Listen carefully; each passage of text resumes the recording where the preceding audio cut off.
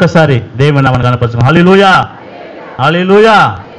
మాట్లాడేది నేను కాదు, పరిశుద్ధ ఆత్మ దేవుడు మీ మధ్యలో మాట్లాడబోతున్నాడు. హల్లెలూయా. ఈరోజు దేవుని వాక్యం కొరకు గతించిన ఒక 2 డేస్గా నేను ప్రార్థన చేసినప్పుడు పరిశుద్ధాత్మ దేవుడు ఒక డిఫరెంట్ అయిన ఒక హెడ్ లైన్ ఇచ్చిండు దేవుడు, పరిశుద్ధాత్మ దేవుడు. ఇది నిజంగానే నేనే ఆశ్చర్యపడ్డా. ప్రభువా, ఈ ఒక వాక్యం, ఈ ఒక హెడ్ లైన్ పెట్టుకుని నేనేం మాట్లాడాలి, ఎవరిని ఎగ్జాంపుల్గా బైబిల్లో నుంచి నేను ఎత్తి చూపించాలి అని దేవుని దగ్గర అడిగినప్పుడు దేవుడు కొన్ని కార్యాలు నాతో மாట్లాடணும் நான் என்ன. ஹல்லேலூயா. எத்தனை பேர் சந்தோஷமா இருக்கீங்க? இப்போ தமிழில் போயிடலாம், நம்மளுக்கு தெலுங்கு வராது. எத்தனை பேர் சந்தோஷமா இருக்கு? கையை தூக்குங்களேன். பாதி உடஞ்ச மாதிரி இருக்குது, பாதி நல்லா உற்சாகங்க. ஓகே, ஹல்லேலூயா. இந்த நாளில் தேவன் நமக்கு கொடுக்கிற வேத வசனம், வேதத்தின் பகுதி எடுத்தவர்கள் வாசிங்க. ஆபகுக், பழைய ஏற்பாட்டின் புஸ்தகம் ஆபகுக், பக்கம் வந்து தமிழில் 1083, తెలుగులో ఏమంటారక్క రోనక్క? ఆబగుక్ ఏమంటారా? ఆబగుక్ తెలుగులో ఏమంటారు? అదేనా? తమిళ్ బైబిల్లో వచ్చి 1083வது పక్కం.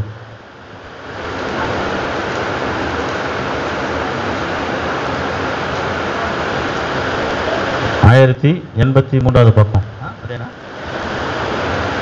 அந்த பகுதி எடுத்துங்க. இதில் ஒரு வார்த்தையை తెలుగులో ఒకరు, తమిళ్లో ఒకరు, మీరు మన మధ్యలో సిస్టర్ రావణమ్మ సిస్టర్ తెలుగులో చదివి వినిపిస్తుంది. 2వ అధ్యాయము 3వ వచనము.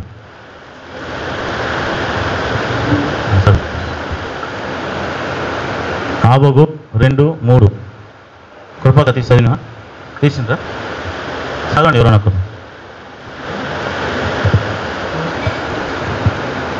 తొందరగా. ఆ దర్శన విషయము నిర్ణయ కాలమున జరుగును, సమస్త మగుటకై ఆతురపడుచున్నది. అది తప్పక నెరవేరును. అది ఆలస్యముగా వచ్చినను దాని కొరకు కనిపెట్టుము, అది తప్పక జరుగును. ஆமென். 3வது மாத்திரம் தமிழ்ல சொல்லுங்க சிஸ்டர்.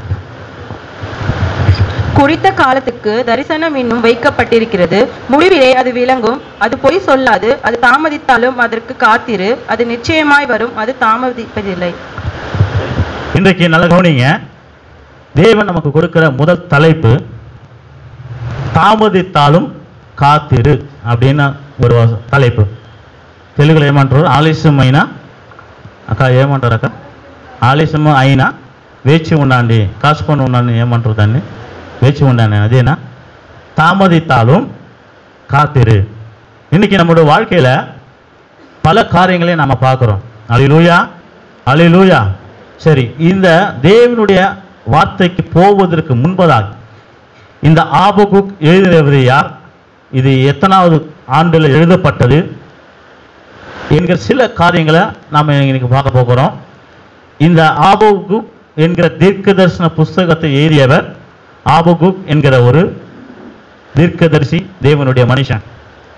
இது எழுதப்பட்ட காலம் கிமு 606வது வருஷம்.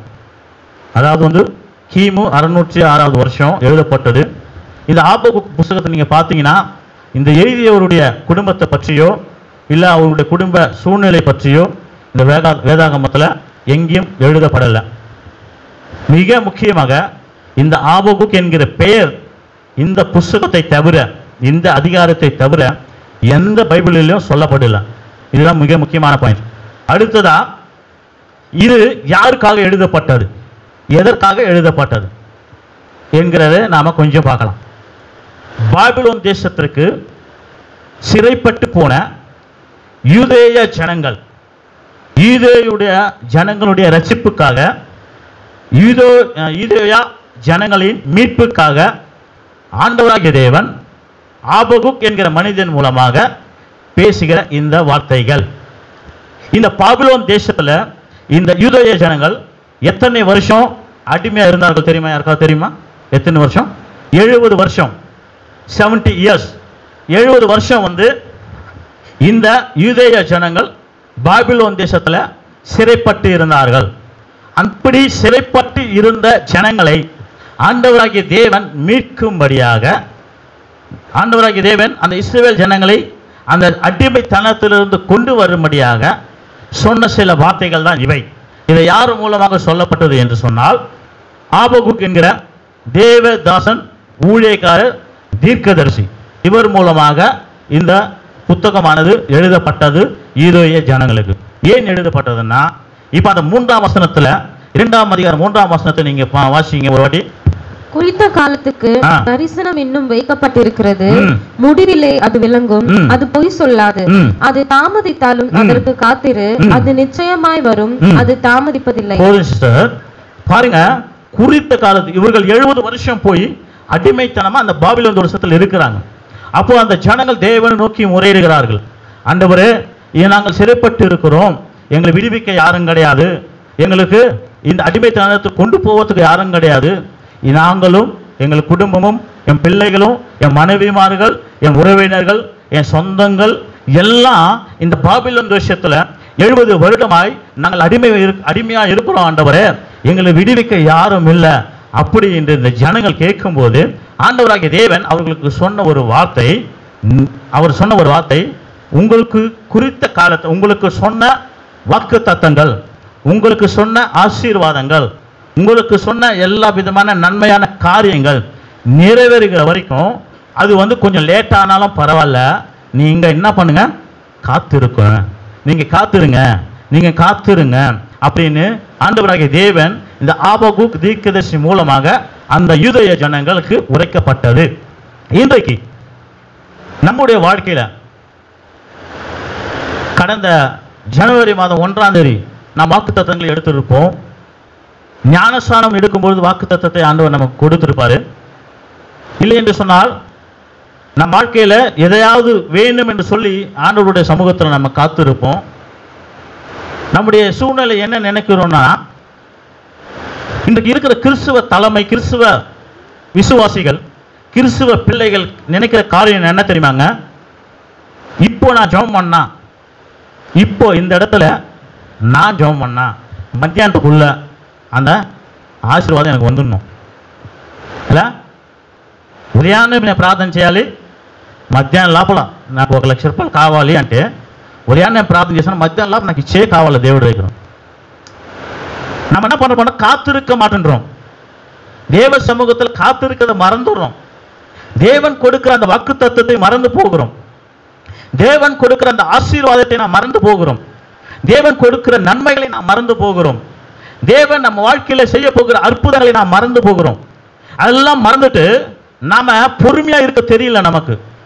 நம்முடைய வாழ்க்கையில, நம்முடைய ஜீவியத்துல உங்கள் பிள்ளைகளின் படிப்புகளாக இருக்கலாம், உங்கள் பிள்ளைகளின் திருமண காரியமா இருக்கலாம், உங்கள் பிள்ளைகளுடைய எதிர்கால வாழ்க்கையா இருக்கலாம், இல்லை என்று சொன்னால் உங்களுடைய கணவனின் வாழ்க்கையா இருக்கலாம், இல்லை என்று சொன்னால் உங்களுடைய குடும்ப மேன்மையை குறித்த ஒரு எதிர்பார்ப்பு உங்களுக்கு இருக்கலாம், இல்லை என்று சொன்னால் உங்களுடைய வாழ்வில் கடன் பிரச்சனை, கடன் போராட்டம் என்கிற ஒரு சூழ்நிலையில் நீங்கள் வாழ்ந்து கொண்டு இருக்கலாம். ஆனால் நாம் எதிர்பார்க்கிற காரியம் என்ன தெரியுமா, நாம் விரும்புகிற காரியம் என்ன தெரியுமா, நான் ஜெபித்த உடனே, நாம் முழங்கால் படிட்டு ஜெபித்த உடனே அது எனக்கு நடக்கணும், அது எனக்கு நடந்து முடியணும், அது ஆண்டவர் எனக்கு கொடுத்திருக்கணும், அதுக்கு தான் ஆண்டவர் எனக்காக சிலுவையில மறைத்தாரு, அதுக்காக தான் ஆண்டவர் சிலுவையில ரத்தத்தை கொடுத்தாரு, அதற்காக தான் சிலுவையில இயேசு தன்னுடைய ஜீவனை எனக்காக கொடுத்தாரு. அப்போ நான் ஜெபித்த உடனே அந்த நிமிஷத்துல, அந்த நொடியில, அந்த நாளில, அந்த வினாடியில நடக்கும் என்று நாம் எதிர்பார்த்து இருக்கிறோம். ஆனால் வசனம் தெளிவா இருக்கிறது, உனக்கு சொன்ன ஆசீர்வாதம், உனக்கு சொன்ன வாக்குத்தத்தம் நிறைவேறுகிற வரைக்கும் அது தாமதித்தாலும் உன் வாழ்க்கையில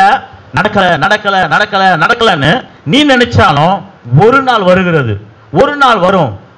நீ விரும்புகிற காரியம், ஆண்டவர் உனக்கு கொடுத்த வாக்குத்தத்தம், ஆண்டவர் உனக்கு கொடுத்த ஆசீர்வாதம், ஆண்டவர் உனக்கு கொடுத்த நன்மைகள், ஆண்டவர் உனக்கு கொடுத்த அற்புதங்கள் எல்லாம் ஒரு நாள் உன்னை தேடி வரும். அல்லேலூயா, அல்லேலூயா.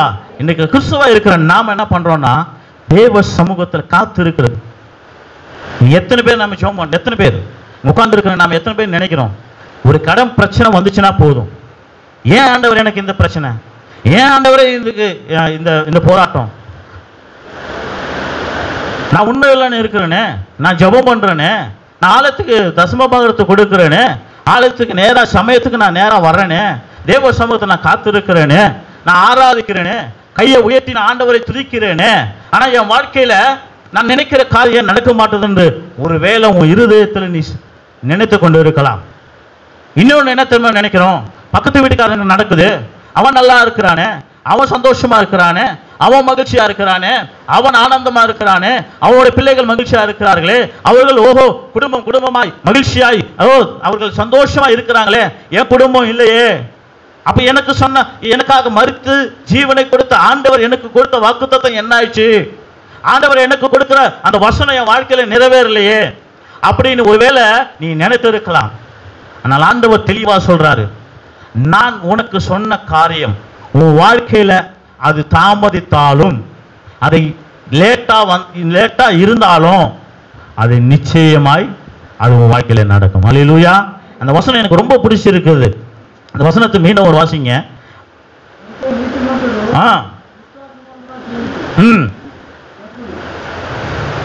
குறித்த காலத்திற்கு தரிசனம் வைக்கப்பட்டிருக்கிறது, அது போய் அது முடிவில் விளங்கும், அது பொய் சொல்லாது, அது தாமதித்தாலும் நீ காத்திரு, அது நிச்சயமாய் வரும், அது தாமதிப்பதில்லை. அல்லேலூயா.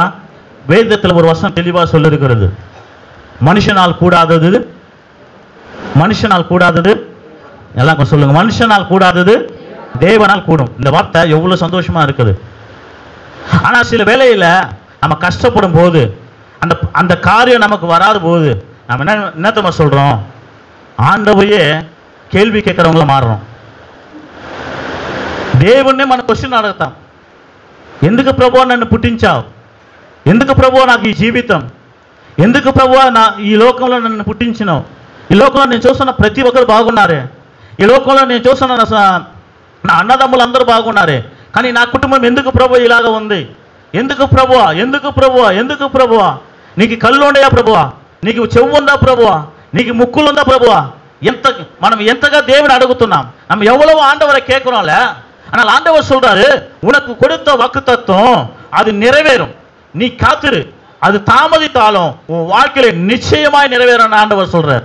நம்முடைய வாழ்க்கையில எதிர்பார்க்கிற காரியம், நம் பிள்ளைகளோட வாழ்க்கையில நாம் எதிர்பார்க்கிற காரியம், நம்முடைய குடும்பத்தில் நாம் எதிர்பார்க்கிற காரியம் ஒருவேளை நடக்காமல் இருக்கலாம், ஒருவேளை நீங்கள் ஏமாற்றமா இருக்கலாம், ஒருவேளை நீங்கள் துக்கப்பட்டு இருக்கலாம், ஒருவேளை நீங்கள் கண்ணீர் விட்டு அழுது இருக்கலாம், ஒருவேளை நீங்கள் கனங்கி இருக்கலாம், ஒருவேளை நீங்கள் வேதனைப்பட்டு இருக்கலாம், தூக்கம் வராம சாப்பிடாம நீங்க பல வேலைகளில் துக்கப்பட்டு இருக்கலாம். ஆனால் ஆண்டவர் சொல்றாரு, என் அன்பு சகோதரனே, என் அன்பு சகோதரியே, உன் வாழ்க்கையில நான் சொன்ன வாக்குத்தத்தம், உன் வாழ்க்கையில நான் சொன்ன வாக்குத்தத்தம், உனக்கு நான் கொடுப்பேன் என்று சொன்ன ஆசீர்வாதம், உனக்கு நான் கொடுப்பேன் என்ற நன்மைகள், உனக்கு நான் கொடுப்பேன், உனக்கு செய்வேன் என்ற அவருடைய அற்புதங்கள் நம்முடைய வாழ்க்கையில ஒரு நாளில் நிச்சயமாய் அது விளங்கும். அல்லேலூயா, அல்லேலூயா, அல்லேலூயா. விசுவாசிக்கிறேன், கைகளை உயர்த்தி ஆண்டவருக்கு நன்றி செலுத்தலாம். அல்லேலூயா, அல்லேலூயா. இந்த உலகம் இந்த உலகம் உன்னை பகைத்தாலும், இந்த உலகம் உன்னை பார்த்து கேலி செய்தாலும், இந்த உலகம் உன்னை பார்த்து உனக்கு நகைத்தாலும், உன்னை கீழ்த்தரமாய் பார்த்தாலும், உன்னுடைய முதுகுக்கு பின்னாடி அவர்கள் எதை வேணா பேசினாலும், உன் வாழ்க்கையில் நீ பைபிள் எடுத்து போறியே, ஜபம் போறியே, ஆண்டவர் ஆண்டவர் என்று போறியே, தேவனை நோக்கி ஜபம் ஆராதனை கூட்டம் சொல்லி ஓடுறியே, ஒண்ணுமே நடக்கலையே, நீ நினைக்கிறதெல்லாம் ஒண்ணும் நடக்கலையே அப்படின்னு உன்னை சூழ்ந்திருக்கிறவங்க உன்னை விரல் நீட்டி சொல்லலாம். ஆனா ஆண்டவர் சொல்றாரு, யூதேய ஜனங்களுக்கு சொன்ன கர்த்தர், உன் வாழ்க்கையில நான் சொன்ன அந்த தீர்க்க தரிசனம், அந்த வாக்கு தத்தம், அந்த அற்புதம் தாமதமாய் இருந்தாலும் அது நிச்சயமாய் உன்னிடத்துல வரும். அல்லேலூயா, அல்லேலூயா. சில பேர் இந்த வேதாகமத்துல நான் உங்களுக்கு எடுத்துக்காட்ட நான் சொல்ல நான் விரும்புறேன். ஆதியாகம புஸ்தகம் 12வது அதிகாரம் 1 முதல் 4 வசனங்கள் வரை வாசிங்க. ஆதியாகமம் 12:1. கர்த்தர் அபிராமை நோக்கி, நீ உன் தேசத்தையும் உன் இனத்தையும் உன் தகப்பனுடைய வீட்டையும் விட்டு புறப்பட்டு நான் உனக்கு காண்பிக்கும் தேசத்துக்கு போ. நான் உன்னை பெரிய ஜாதியாக்கி உன்னை ஆசீர்வதித்து உன் பெயரை பெருமைப்படுத்துவேன். நீ ஆசீர்வாதமாய் இருப்பாய். உன்னை ஆசீர்வதிக்கிறவர்களை ஆசீர்வதிப்பேன், உன்னை சபிக்கிறவர்களை சபிப்பேன். பூமியில் உள்ள வம்சங்கள் எல்லாம் உனக்குள் ஆசீர்வதிக்கப்படும் என்றார். கர்த்தர் ஆபிரகாமுக்கு சொன்னபடியே அவன் புறப்பட்டு போனான். லோத்தும் அவனோடு கூட போனான். ஆபிராம் ஆரானை விட்டு புறப்பட்ட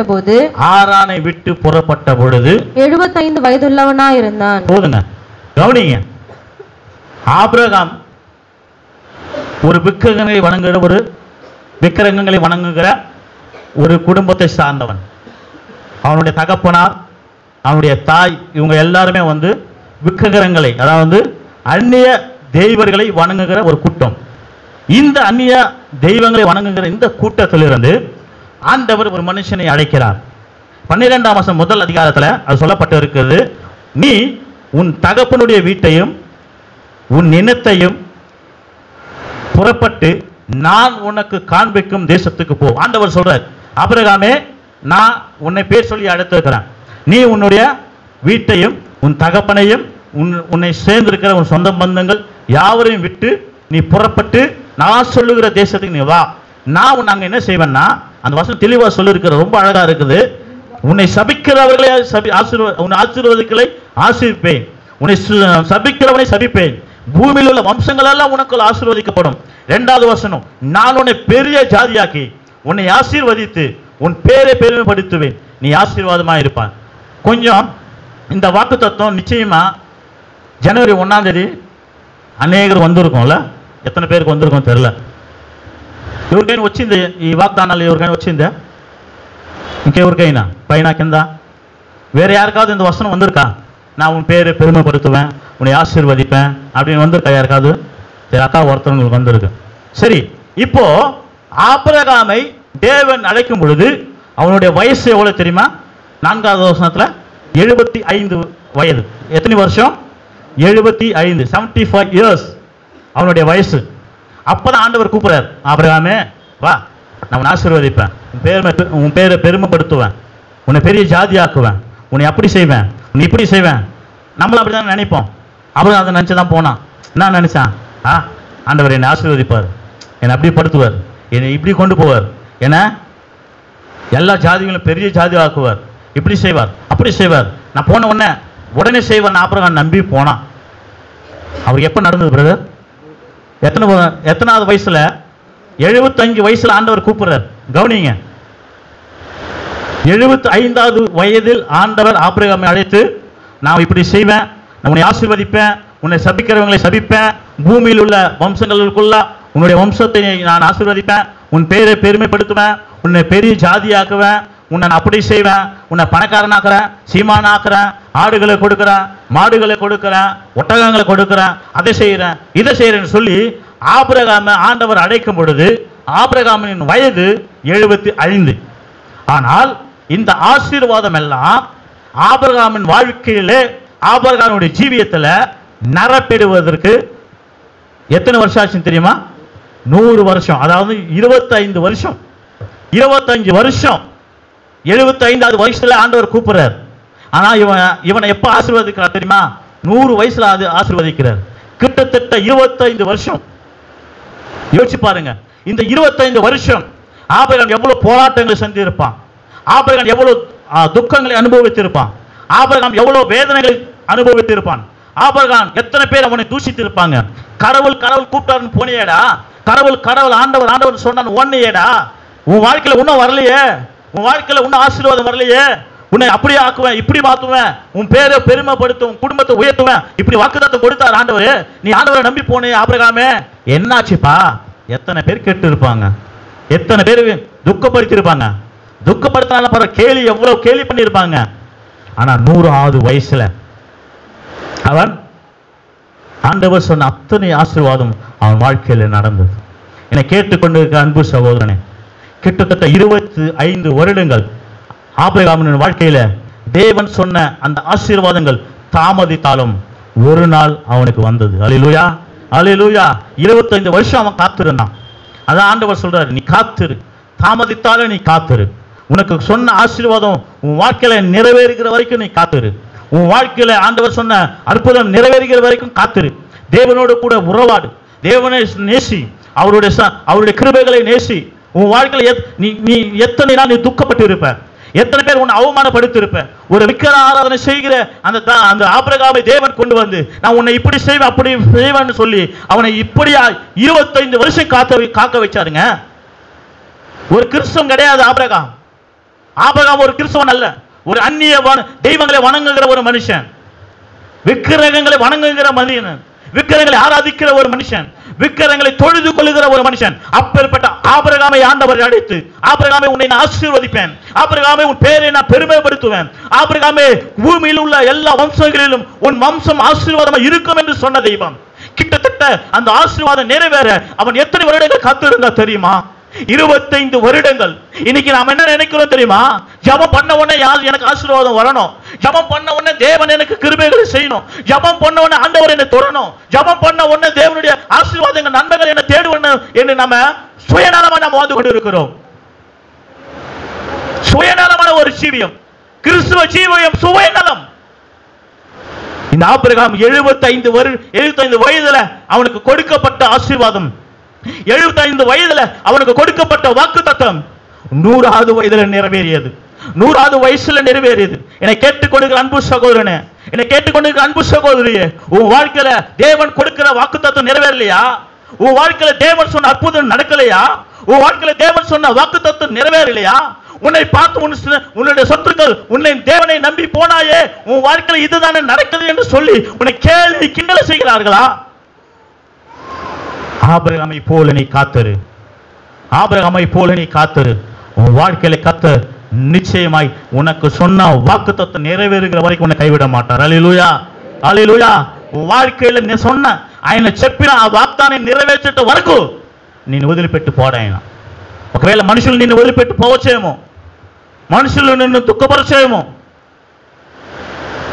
మనుషులు నిన్ను దుఃఖపరచేమో, ఆయన దేవుడు చెప్తున్నాడు నేను నిన్ను వదిలిపెట్టి పోను, నేను నీ జీవితంలో చెప్పిన వాగ్దానం నెరవేర్చేట వరకు. పా, ఎంత గొప్ప వాగ్దానమో అండి, ఎంత గొప్ప ఆశీర్వాదం. ఈ లోకంలో దేవుడు ఎవరికి లేని ఆశీర్వాదం కూడి ఉన్న నీకు నాకు ఇచ్చి ఉన్నాడంటే అది ఎంత గొప్ప ఆశీర్వాదం అండి. ஒன்றில் கொஞ்சம் கடன் பிரச்சனை இருந்தால் போதும், கொஞ்சம் கடன் பிரச்சனை, அவரை பார்த்து நம்ம எவ்வளோ துக்கப்படுத்துறோம்ல. அவரை பார்த்து மூக்கு இருக்கா, முகர் இருக்கா, கண்ணு இருக்கா, காது இருக்கா, இன்னொன்று இருதம் இருக்கான்னு கூட நம்ம கேட்குறாங்க. தேவன் தெளிவாக சொல்லியிருக்கிறார், உன் தாய் கருவில் உருவாக முன்னே உன்னை நான் தெரிந்திருக்கிறேன் என்று. அல்லேலூயா. என் தாய் உருவாகும் முன்னே பெயர் சொல்லி அழைத்தீரையா, என் பெயர் உருவாகும் முன்னே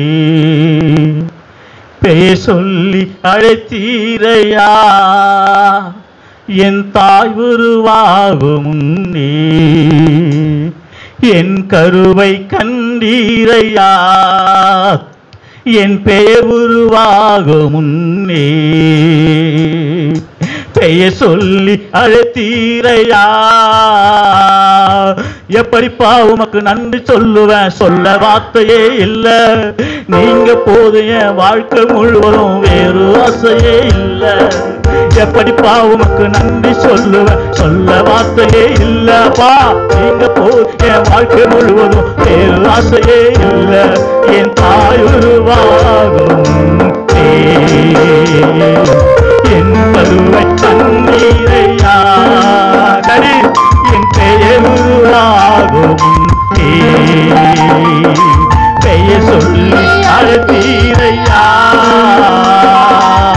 நரம்புகள் உருவாகல, எலும்புகள் உருவாகல, தசைகள் உருவாகல, தரிசனம் உருவானது தாய் கருவிலே தரிசனம் உருவாடி. எலும்புகள் உருவாகல, நரம்புகள் உருவாகல, உருவாகல, தரிசனம் உருவானது தாய் கருவிலே தரிசனம் உருவானதே. எப்படி பாவம் நன்றி சொல்ல சொல்ல வார்த்தையே இல்லை, நீங்க போதைய வாழ்க்கை விடுவதும் வேறு ஆசை சொல்லி ஆரம்பமா. எப்படி பாவமுக்கு நன்றி சொல்லுவேன், சொல்ல வார்த்தையே இல்லை.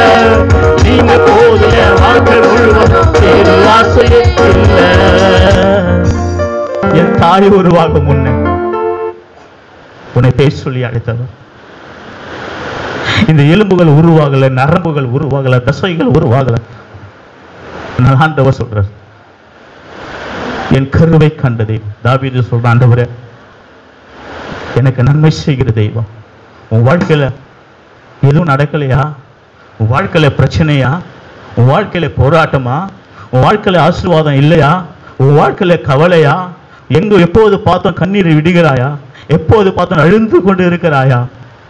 கலங்காத. ஆண்டவர் உன் வாழ்க்கையில சொன்ன வாக்குத்தத்தம் தாமதித்தாலும் ஒரு நாள் அதை நிறைவேறும். அல்லேலூயா. கரங்களை தட்டி கர்த்தர் நாமத்தை மையப்படுத்துவோம்.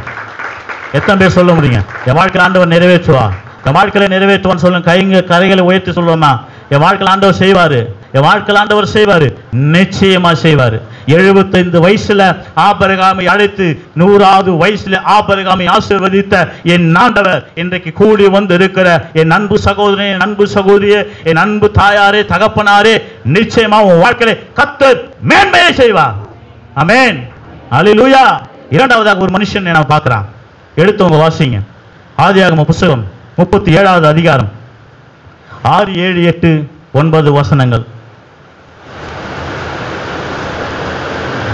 அவன் அவர்களை நோக்கி, நான் கண்ட சொப்பனத்தை கேளுங்கள். நாம் வயலில் அடுத்த அரிகளை கட்டி கொண்டிருக்கிறோம்.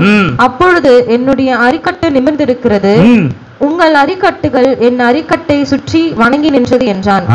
அப்பொழுது அவன் சகோதரன் அவனை பார்த்து, நீ எங்கள் மேல் துரைத்தனம் பண்ணுவாயோ, நீ எங்களை ஆள போகிறாயோ என்று சொல்லி அவனை அவன் சொப்பனங்களின் நிமித்தமும் அவன் வார்த்தைகளின் நிமித்தமும் இன்னும் அதிகமாய் பகைத்தார்கள். அவன் வேறொரு சொப்பனம் கண்டு தன் சகோதரரை நோக்கி, நான் இன்னும் ஒரு சொப்பனத்தை கண்டேன். சூரியனும் சந்திரனும் 11 நட்சத்திரங்களிலும் என்னை வணங்கினது என்றான். இதை அவன் தன் தகப்பனுக்கும் தன் சகோதரருக்கும் சொன்னபொழுது அவன் தகப்பன் அவனை பார்த்து, நீ கண்ட இந்த சொப்பனம் என்ன? நானும் உன் தாயாரும் உன் சகோதரரும் தரை மட்டும் குனிந்து உன்னை வணங்க வருவோமோ என்று அவனை கடிந்து கொண்டான். போதுங்க, கவனிங்க. யோசேப்பு அவன் சிறு வயதில் இருக்கும் பொழுது தன்னுடைய அப்பா மூலமா அதிகமா நேசிக்கப்பட்டான். அவனுக்கு இருந்த 11 சகோதரர்கள், 11 பிரதர்ஸ் யோசேப்பு கூட இருந்தாங்க. கவனிங்க, இந்த யோசேப்பு கூட 11 சகோதரர்கள் இருந்தாலும் யோசேப்பு கடைசி ஒரு பிள்ளையா இருக்கிறபடினா அப்பா யோசேப்பு மேல ரொம்ப அதிக பாசமா இருந்தார். இப்படி பாசமா இருக்கும்போது ஒரு நாள் அவனுக்கு ஒரு கனவு வருது, சொப்பனம் வருது. கனவு. எத்தனை பேர் கனவு வருது ஒரு நாள்ல? எத்தனை பேருக்கு நைட்ல வருது? நம்மளுக்கு வருதா இல்லையா? கையை காட்டுங்களேன். எத்தனை பேருக்கு வருது? கனவு வருது இல்ல? எல்லாருக்கும் வருது. அது சினிமாவா இருக்கலாம், என்ன வேணா இருக்கணும். ஆனா யோசேப்புக்கு ஒரு கனவு வருது. யோசேப்புக்கு ஆண்டவர் சொல்றார், யோசேப்பே, உன்னுடைய எதிர்காலத்தை, உன்னை சுற்றி இருக்கிறவங்க எல்லாம் உன் காலுக்கில் இருப்பாங்க. உன் அம்மாவும் அப்பாவும் உன்னை வணங்குவாங்க. உன்னுடைய சகோதரர்கள் 11 பேர் உன்னை வணங்குவாங்க அப்படின்னு ஆண்டவர் சொப்பனத்தின் மூலமா யோசேப்புக்கு பேசுறார். சரி பிரதர், இந்த யோசேப்புக்கு இது எல்லாம் நிறைவேற அவன் எதையெல்லாம் இழந்து போனான் பிரதர்? யோசேப்பு தன்னுடைய அப்பாவின் அன்பை இழந்தான், குடும்பத்தை இழந்தான், அடிமையா விற்கப்பட்டான், ஜெயிலில் இருந்தான், சாப்பாடு இல்லை, தண்ணி இல்லை, தண்ணி கிடையாது, இருக்க ஒரு இடம் கிடையாது. அவனுடைய இடமே ஜெயிலு தான். ஆனா இவருக்கு என்ன சொன்னாரு? எல்லாருமே உன்னை வணங்குவாங்கப்பா, நீ இப்படி இருப்பப்பா. யோசேப்புக்கு ஆண்டவர் சொப்பனத்தின் மூலமா சொல்றாரு, நீ இப்படி இருப்ப யோசேப்பு, உன் வாழ்க்கையை நான் இப்படிதான் ஆசீர்வதிப்பேன், உன் சகோதரர்கள் எல்லாரிலும் நான் உன்னை மேன்மையா வைப்பேன் அப்படின்னு யோசேப்புக்கு ஆண்டவர் சிறு வயதில் இருக்கும் பொழுது சொப்பனத்தின் மூலமா சொல்றார். ஆனால் இந்த அவனுடைய கனவிலே, அவனுடைய சொப்பனத்தில் வந்த காரியங்கள் நடைபெறுவதற்கு அவன் எதையெல்லாம் இழந்தான் தெரியுமா? என்னென்னலாம் இழந்தான் தெரியுமா? தன்னுடைய சந்தோஷத்தை இழந்தான், தகப்பனை இழந்தான், தகப்பனுடைய அன்பை இழந்தான், தகப்பனுடைய நேசத்தை இழந்து போனான், எல்லாவற்றையும் இழந்து போனான். இருக்க இடம் கிடையாது, சாப்பாடு கிடையாது, உடுத்த உடை கிடையாது, அவனுக்கு சரியான ஆகாரம் கிடையாது. அவனுக்கு இடமே எங்கதான்? ஜெயில் தான். 20 வெள்ளிக்காசுக்கு அவனை வித்து போட்டானுங்க அண்ணனுங்க. ஆனா ஆண்டவர் என்ன சொன்னாரு? இப்படியா நான் இப்படி வைப்பேன் யோசேப்பே, நான் உன்னை அங்க கொண்டு போவேன், நான் இப்படி வைப்பேன். அது சொன்ன உடனே ஆண்டவரால் முடியுமா முடியாதா? செய்ய முடியுமா முடியாதா? ஒரு செகண்ட்ல என் ஆண்டவரால் மாற்ற முடியும். ஒரு நொடியில என் ஆண்டவரால் ஒரே ஒரு வார்த்தை தான் அந்த உலகமும் உண்டானது. ஒரே ஒரு வார்த்தை தான் சகலமும் சிருஷ்டியானது. அப்போ யோசேப்புக்கு இந்த தரிசனம் கொடுத்தார்ல, இந்த சொப்பனம் கொடுத்தார்ல, இது நடக்கணும்ல. ஏன் தாமதிது? ஆண்டவர் பக்குவப்படுத்துறார், ஐயாவை பக்குவப்படுத்துறார். இன்னைக்கு உன் வாழ்க்கையில தேவன் சில காரியங்களை சொல்லி இருக்கலாம். தீர்க்கதரிசி மூலமாக, ஊழியர்கள் மூலமாக, மேய்ப்பர்கள் மூலமாக ஆண்டவர் உன்னை இப்படி ஆசீர்வதிப்பாரு, நீ எல்லாரை விட மேன்மையா இருப்ப, நீ எல்லாரை விட உன்னதமான இடத்துல இருப்ப, எல்லாரை விட உன் பிள்ளைகள் உயர்ந்த ஸ்தானத்தில் இருப்பாங்கன்னு ஆண்டவர் சொல்லி இருப்பார். ஆனா சில வேளைகளில் அது நம்முடைய வாழ்க்கையில தாமதிக்கும். சில வேளைகளில் அது நம்முடைய வாழ்க்கையில நடைபெறாது. சில வேளைகளில் நான் பார்க்கிற நாம் சொப்பன கனவு மூலமா பார்க்கிற அந்த காரியங்கள் நம்முடைய வாழ்க்கையில நடக்காது. உடனே நாம் என்ன செய்யறோம்? நாம் என்ன பண்றோம்? நாம் எதை செய்யறோம்? பொறுமை இல்லை, பொறுமை கிடையாது நம்முடைய வாழ்க்கையில. கிறிஸ்துவ பேர் வைத்து இருக்கிறோம், கிறிஸ்துவ பிள்ளை, கிறிஸ்துவ மகன் என்று பேர் வைத்திருக்கிறோம். ஆனா நமக்கு பொறுமை கிடையாது. பொறுமை இல்லாம சபைக்கு போறதை விட்டுடுறோம், தேவனை துதிக்கிறதை விட்டுடுறோம், தேவனை மகிமைப்படுத்துறதை விட்டுடுறோம், காணிக்கை கொடுக்கிறது மறந்துடுறோம், ஊழியக்காரர் தாங்கிறத மறந்துடுறோம். ஏன்னா அவர் சொன்ன வாக்குத்தத்தம் எனக்கு நடக்கலையே, நான் ஏன் செய்யணும்? நான் ஏன் ஜெபம் பண்ணணும்? நான் ஏன் ஆராதனைக்கு போகணும்? நான் ஏன் தேவனை துதிக்கணும்? ஆனா யோசேப்பு என்ன செஞ்சா தெரியுமா? எவ்வளவு கஷ்டம் வந்தாலும் சரி, எவ்வளவு துக்கம் வந்தாலும் சரி, தன்னுடைய சரீர பாவத்துக்கு உட்படுகிற நேரத்திலும் என் ஆண்டவர் என்னை பார்த்திருக்கிறார், நான் எப்படி அவருக்கு விரோதமாக பாவத்தை செய்வேன் என்பதை விட்டு விலகி ஓடணும் பாருங்க. ஆனா இன்னைக்கு நாம என்ன செய்யறோம்? தேவன் கொடுக்கிற அந்த வாக்குத்தத்தம் ஆசீர்வாதம் வாழ்க்கையில நடக்கலன்னா என்ன செய்யறோம் தெரியுமா? சபைக்கு வர்றது இல்லை, பைபிளை எடுக்கிறது கிடையாது, ஜெபிக்கிறது கிடையாது, குடும்ப ஜெபம் கிடையாது, குடும்ப ஆராதனை கிடையாது, புதன்கிழமை சபைக்கு வர்றது இல்லை, கேட்டா எனக்கு நன்மை வரல, வெள்ளிக்கிழமை ஆராதனைக்கு வர்றது கிடையாது, ஏன்னா நன்மை வரல, நான் ஏன் போனோம்? எவ்வளவு சுயநலமா வாழ்றோம்ல, எவ்வளவு சுயநலமா சிந்திக்கிறோம்ல, எவ்வளவு சுயநலமா நம்ம தேவனை நம்ம எவ்வளவு துக்கப்படுத்துறோம்ல. ஆனால் யோசேப்பு சிறு வயதில் நடந்த காரியங்கள், அதன் பிறகு அவன் வாழ்க்கையில் என்ன நடந்ததுன்னு ஒரு வசனத்தை நான் வாசிக்க கேட்போம். 41 ஆதியாகமம் 41 31வது வசனம், 39 சாரி. பின்பு பார்வோன் யோசேப்பை நோக்கி, தேவன் இவை எல்லாவற்றையும் உனக்கு வெளிப்படுத்தி இருக்கிறபடினால் உன்னை போல் விவேகமும் ஞானமுள்ளவன் வேறொருவனும் இல்லை, நீ என் அரண்மனைக்கு அதிகாரியாய் இருப்பாய். 41 வாசிங்க சிஸ்டர். பின்னும் பார்வோன் யோசேப்பை நோக்கி, பார், எகிப்து தேசம் முழுமைக்கும் உன்னை அதிகாரி ஆக்கினேன் என்று சொல்லி பார்வோன் தன் கையில் போட்டிருந்த தன் முத்திரை முத்திரை கழற்றி அதை யோசேப்பின் கையிலே போட்டு மெல்லிய வஸ்திரங்களை அவனுக்கு உடுத்தி பொன் சாரப்பணியை அவன் கழுத்திலே தரித்து. கவனிங்க, அவன் எல்லாவற்றையும் அனுபவிச்சான். துன்பங்களை, கஷ்டங்களை, துயரங்களை, சாப்பாடு இல்லாம, ட்ரெஸ் இல்லாம, ஜெயில, கொசுக்கடியில, வேதனை, துக்கம், எல்லாவற்றிலும் சரி தேவனுக்கு அவன் நிந்தியாம, அவனுக்கு சொன்ன வாக்குத்தத்தம் நிறைவேறுகிற வரைக்கும் தான் பாவத்தை செய்யாம, பாவத்துக்கு தன்னை உட்படுத்தாம, பாவ காரியங்களுக்கு தன்னுக்குள்ள வராதபடி அவன் பாதுகாத்து கொண்டான். கடைசியில அவனுடைய நிலைமை எப்படி இருந்து தெரியுமா? அங்க கனவு கண்டான்ல, ட்ரீம் வந்தது, அவன் கனவுல வந்துச்சுல, அது இங்க நிறைவேறுச்சு. அல்லேலூயா, அல்லேலூயா. எத்தனை வயசுல நிறைவேறுச்சு வேதாகமம் சொல்லல. ஆனா அவன் சிறு வயதுல இந்த கனவு வந்தது. ஆனால் அவனுடைய வாலிப வயதில் இந்த கனவு நிறைவேறியது. அப்போ அவன் எத்தனை வருடங்கள் அவனுடைய வாழ்க்கையில தேவன் கொடுத்த அந்த வாக்குத்தத்தம் ஆசீர்வாதம் தாமதித்தாலும் ஒரு நாள் அவர் எகிப்து தேசம் முழுமைக்கும் அவனை அதிகாரியாய் மாற்றினார். அல்லேலூயா, அல்லேலூயா. இன்னைக்கு உன் வாழ்க்கையில் எதுவா இருந்தாலும் சரி, நடக்கலையா, இன்னைக்கு கவலைப்படாது. உன் வாழ்க்கையில நிச்சயமாய் அதை நிறைவேறுகிற வரைக்கும் உலகத்தில் உள்ள எல்லா ஜனத்தை காட்டிலும் உங்களையும் உங்கள் குடும்பத்தையும் உங்கள் பிள்ளைகளையும் கர்த்தர் மேன்மையாக வைப்பார் என்பது சந்தேகமே இல்லை. அல்லேலூயா, அல்லேலூயா. கடைசியாக ஒண்ணே ஒன்று சொல்லி நான் முடிக்க விரும்புகிறேன். தாவீது எத்தனை வயசுல அவனுக்கு தாவீதுக்கு அபிஷேகம் பண்ணாங்க தெரியுமா? ஆண்டவர் ராஜாவா சவுலை ராஜாவா ஆக்கினாரு. சவுல் தேவனுடைய வார்த்தைக்கு கீழ்ப்படியாமல் இருந்ததுனால சவுல் என்ன பண்றாருன்னா புறம் தள்ளிட்டு தாவீதை ராஜாவா தெரிந்து கொள்றார். எத்தனாவது வயசுல தாவீதை தெரிந்து கொண்டார் தெரியுமாங்க யாருக்காவது? எத்தனாவது வயசுல தெரியுமா? இப்போ ஒரு பாட்டு பாடினேன், என் தாய் உருவாக முன்னே என் கருவை கண்டீரையா.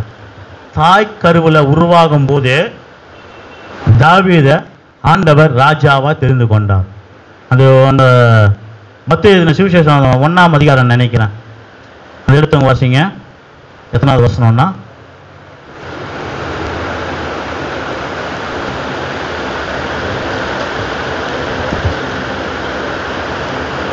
ஒரு வசனம் வரும். 6வது வசனம். ஈசாய் தாவீது ராஜாவை பெற்றான். ஈசாய் தாவீது ராஜாவை பெற்றான். எப்போ சவுல ஆண்டவர் புறம் தள்ளிட்டாரோ அவன் தாயில கரு உருவாகத்துக்கு முன்னாடியே தாவீத ஆண்டவர் ராஜாவை சூஸ் பண்ணிட்டார். அந்த 1 சாமுவேல் புத்தகத்துல நான் சரியா அதை எடுக்க முடியல, என்னால நேரம் இல்லை.